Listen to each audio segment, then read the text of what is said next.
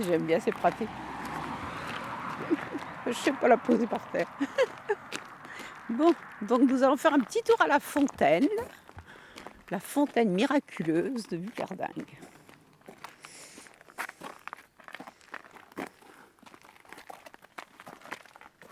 Alors pourquoi miraculeuse? Parce que l'eau soigne les maladies des yeux et également les maladies de peau. Voilà, donc beaucoup de personnes y viennent régulièrement pour chercher de l'eau, pour se soigner. Voilà, et je pense que c'est quand même un petit peu mon coin préféré de Vulverdingue. Il est assez fréquenté. On y voit pas mal de monde qui viennent, donc c'est connu. Et je lisais justement qu'avant il y avait beaucoup de fontaines comme ça, et un peu à la fois elles disparaissent. Voilà. Je marche avec précaution.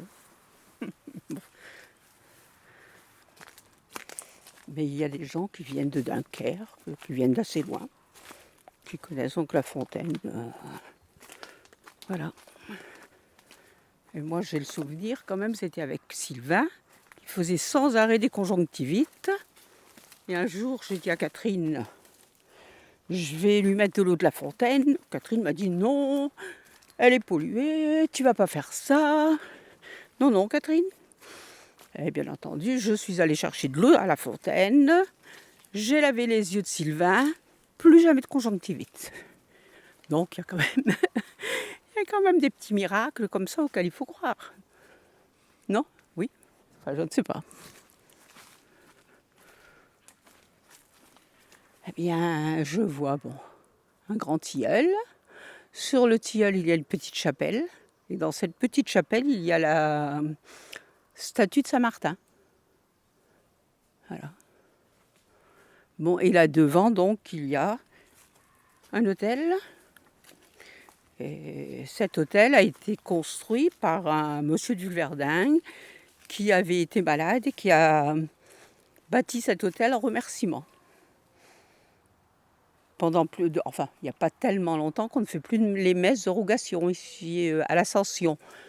Entre l'Ascension, le jeudi de l'Ascension et le dimanche, pendant ces 3 jours, il faisait ce qu'on appelait les messes de rogation pour bénir les moissons. Donc quelqu'un disait qu'il y avait une plaque, mais je ne sais pas ce qu'il y a. On va peut-être regarder ça sur la plaque. Alors, je ferai couler sur vous une eau vive.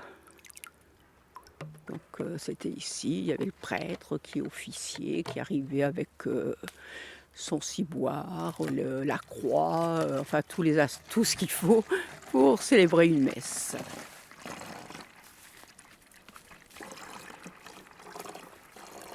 Donc l'eau arrive entre les racines là, du deuxième tilleul.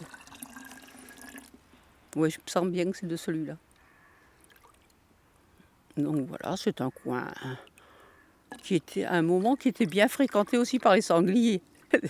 C'était un petit lieu de... Hein, voilà. C'est Odile qui avait pris de l'eau de la fontaine et qui avait un ami qui était radiesthésiste, qui a testé l'eau de la fontaine et qui a dit qu'elle était aussi vibratoire que l'eau de Lourdes. Donc ce qui expliquerait qu'elle ait des propriétés de guérison ou de choses comme ça. Donc il y a quand même, il n'y a pas seulement l'aspect, là, il avait trouvé qu'elle avait d'autres propriétés. Est-ce qu'on n'est pas bien ici? Puis en été, ici il y a toujours de la fraîcheur. Donc c'est agréable de venir, même quand il fait très chaud, de venir jusqu'ici. Et il n'y a pas très longtemps, il y a une dame aussi qui m'a dit qu'on avait la chance d'avoir la source. Et en même temps, on a des grands bouleaux. Et les bouleaux apportent énormément d'énergie aussi.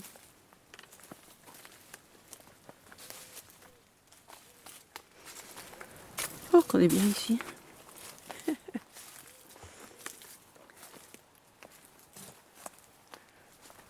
Oh. T'as vu les beaux champignons? On dirait une fleur.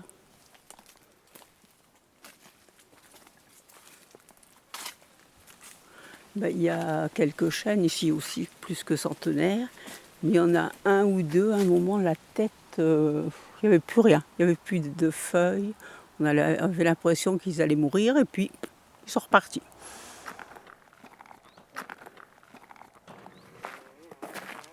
Bon, donc j'ai parlé peut-être un peu trop. Non? Je parle de trop. Je suis bavarde. Ah oui? Non? Je vois des gens qui sourient.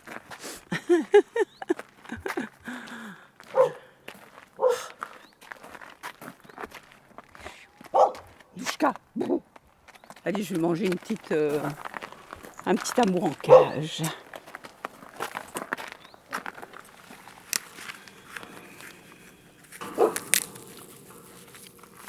Ils sont bons.